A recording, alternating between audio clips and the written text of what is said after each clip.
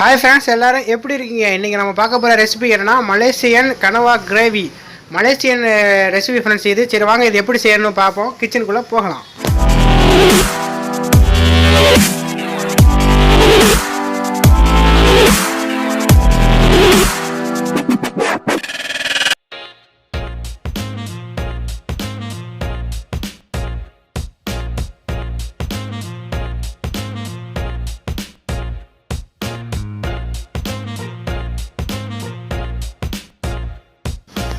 வேக வைத்த கனவா 1/2 கிலோ. ஒரு கடாயில் ஒரு டம்ளர் அளவு தண்ணியை ஊற்றி நம்ம வச்சுருக்க அந்த காஞ்ச மிளகா 2ஆக பிச்சு போட்டு அதை வந்து வேக வைங்க ஃப்ரெண்ட்ஸ். அதோட பச்சை வாசனை போக வரைக்கும் அந்த கேப்பில் நம்ம வந்து காய்கறிலாம் வெட்டிடலாம்.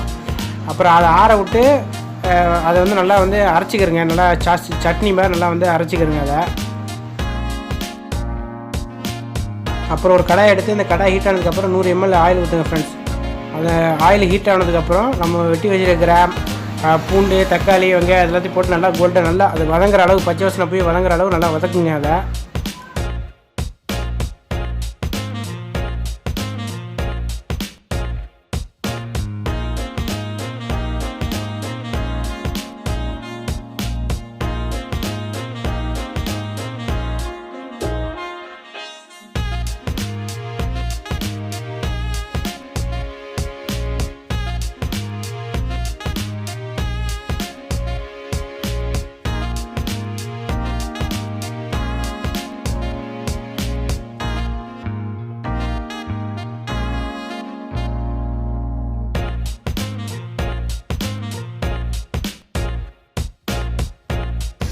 வதக்கினத்துலேருந்து ஒரு 3/4% எடுத்து நான் வந்து நீங்கள் வந்து ஆற வச்சுக்கணும் ஃப்ரெண்ட்ஸ். ஆற வச்சு அதை மிக்ஸி ஜாரில் போட்டு வந்து அரைங்க.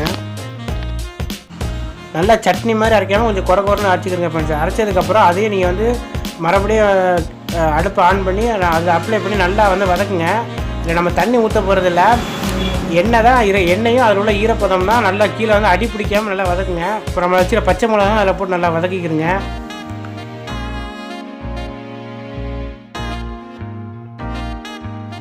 இந்த ஸ்டேஜில் வந்து நம்ம ஆல்ரெடி அரைச்சி வச்சுருக்கோம் இல்லையா, அந்த காஞ்ச மிளகாய் சட்னி, அதாவது காஞ்ச மிளகாய் சாஸு, அதை அப்ளை பண்ணுங்கள். அப்ளை பண்ணி நல்லா கிளறி விடுங்க ஃப்ரெண்ட்ஸ். இதை வந்து நம்ம கிளறி விட்டுக்கிட்டே இருக்கணும். ஏன்னா கீழே வந்து அடி பிடிச்சிடும், நம்ம தண்ணி ஊற்ற போகிறது இல்லை. அதனால் நல்லா கிளறி விட்டுக்கிட்டே இருங்க.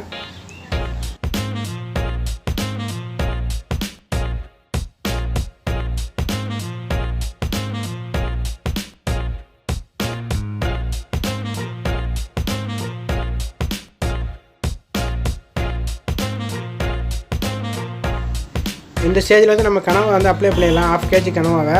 அதில் உள்ள ஈரப்பதமும் அந்த நம்ம ஆல்ரெடி சாஸெல்லாம் ஊற்றுறோம் பார்த்திங்கன்னா அதில் உள்ள ஈரப்பதம் தான். அது நம்ம தண்ணி சேர்க்க போகிறதில்ல. நல்லா கிளறி விடுங்க. கனவில் வந்து அந்த மசாலா ஃபுல்லாக வந்து சேர்ற மாதிரி நல்லா கிளறி விடுங்க ஃப்ரெண்ட்ஸ். உப்பு தேவையான அளவு போட்டுக்கோங்க. நான் 1 டீஸ்பூன் போட்டிருக்கேன்.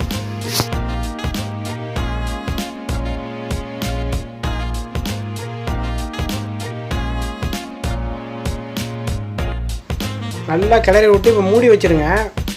ஒரு 5லேருந்து 6 நிமிஷம் வந்து நல்லா மூடி வச்சுருங்க. அதாவது மீடியமான, ரொம்ப ஃபாஸ்ட் இல்லை, சிம்முக்கும் மீடியமுக்கும் நடுநிலையான தீயில் வந்து நல்லா மூடி வச்சுருங்க ஃப்ரெண்ட்ஸ். இடையில ஒரு இடத்துல திறந்து நல்லா கிளறி விட்டுருங்க. ஏன்னா அடி பிடிச்சிருக்கான்னு நம்ம பார்க்கணும். கிளறி விட்டு மறுபடியும் வந்து இப்போ மூடி வச்சுருங்க ஃப்ரெண்ட்ஸ்.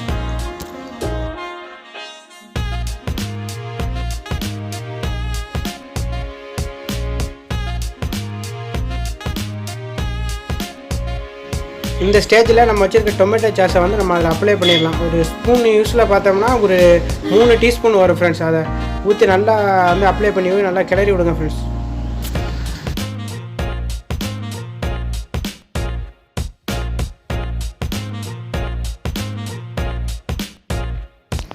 இதில் 1 டீஸ்பூன் ஜீனி சேர்த்துக்கிற ஃப்ரெண்ட்ஸ். என்னடா அது இனிப்பு சேர்க்குற மாதிரி நல்லா இருக்குமா அப்படின்னு நீங்கள் நினைக்க வேணாம்.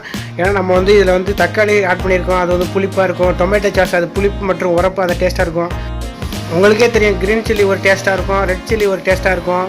இதில் ஜீனி, அதாவது இனிப்பு எல்லாம் கலந்து சுவையாக செம டேஸ்ட்டாக இருக்கும். இது அரை எலுமிச்சை பழத்தை எடுத்து லைட்டாக பிழிஞ்சு விடுங்க ஃப்ரெண்ட்ஸ். இதுவும் ரெடி ஆகிடுச்சு. சூப்பரான கிரீமியான மலேசியன் கனவா கிரேவி. இது உண்மையிலேயே பார்க்க மட்டும் இல்லை ஃப்ரெண்ட்ஸ், சாப்பிடவும் செம்ம டேஸ்ட்டாக இருக்கும். ஒரு புளிப்பு, இனிப்பு, உரப்பு எங்கிட்ட தான் அந்த டேஸ்ட் வரனே தெரியாது. உண்மையிலே செம்மையாக இருக்கும் ஃப்ரெண்ட்ஸ்.